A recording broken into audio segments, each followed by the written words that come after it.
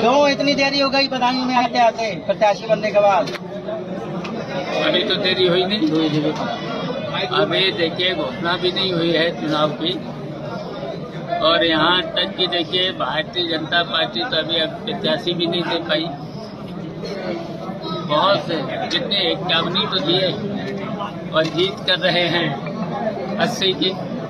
तो हम इसलिए आपको बताना चाहते हैं, समाजवादी पार्टी और इंडिया गठबंधन 80 सीटें भारतीय जनता पार्टी को हराने का काम है।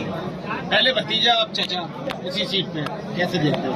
देखिए आप सबको पता है ये समाजवादी पार्टी का गढ़ रहा। यहाँ से नेताजी सांसद हुए, प्रोफेसर राम गोपाल सांसद हुए, धर्मेंद्र हुए, और जब ये अब हम आ गए तो ये तो समाजवादी पार्टी का, अब इन्हें प्रत्याशी भी ढूंढे नहीं मिल रहा। लेकिन बड़ा महत्वपूर्ण सवाल है, बीजेपी बड़ा संगठन से मजबूत है और ये सीट समाजवादी पार्टी पिछली बार हारी थी। क्या एजेंडा रहेगा आपका इस बार चुनाव जीतने के लिए? देखिए अब की बार पूरे देश से भारतीय जनता पार्टी हारेगी, और यहाँ बदायूं तो जमानत नहीं बचेगी भारतीय जनता पार्टी के।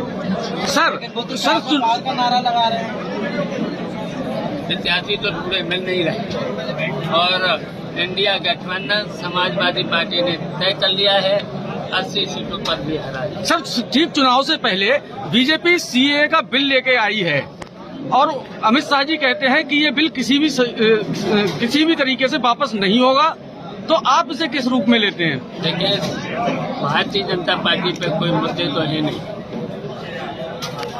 और भारतीय जनता पार्टी सत्ता में है, बड़ी घमंड में है, तो कुछ भी कर सकते हैं। तो केंद्रीय गृह मंत्री तो कहते हैं कि विपक्ष तुष्टीकरण की राजनीति कर रहे हैं। खड़े हो गए शेरवानी साहब के साथ में, कैसे साधेंगे उन्हें आप? देखिए अब हम आ गए, शिवपाल सिंह यादव आ गए यहाँ, तो सलीम शेरवानी हमारा साथ देंगे, और जो भी रहे हैं उनको सबको हम सही कर लेंगे, बना लेंगे। जनता की भावना तो रूप से आपको स्वीकार नहीं कर पा रही है, तो कैसे दिल में उतरेंगे आप उनके? धर्मेंद्र यादव का भी नाम है उनके घर में। देखिए सब साथ रहेंगे, सलीम शेरवानी है, जितने भी नेता हैं सबको मना लेंगे, उनके घर चले जाएंगे और सब ठीक रहेंगे। आप कह रहे हैं कि हम 80 की 80 सीटें यूपी में जीतेंगे 2000 हराएंगे, ये कह रहे हैं। आप जीतेंगे, मैं वही कह रहा हूँ, आप मतलब हराएंगे, उसको आप जीतेंगे। जीतने का हम हराएंगे। आप ये बताइए कि 2014 से केंद्र में मोदी जी की सरकार है, 2017 और 22 में प्रदेश में फिर से योगी जी दोबारा मुख्यमंत्री बने, आपका संबंध भी काफी मधुर है योगी जी से, तो क्या ऐसा आपने किया है या क्या उन्होंने ऐसा गलत किया है जो आप 80 की 80 सीटें जीत पाएंगे?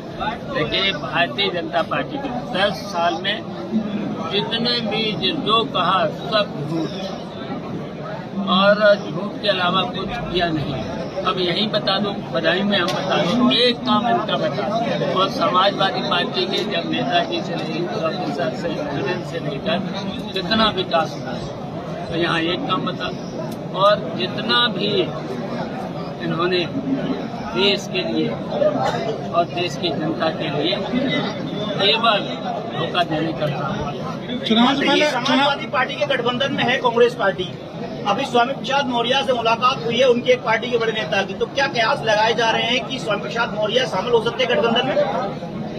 तो कांग्रेस में हो जाए तो ठीक है, क्या है? नहीं, आप गठबंधन में स्वागत करेंगे?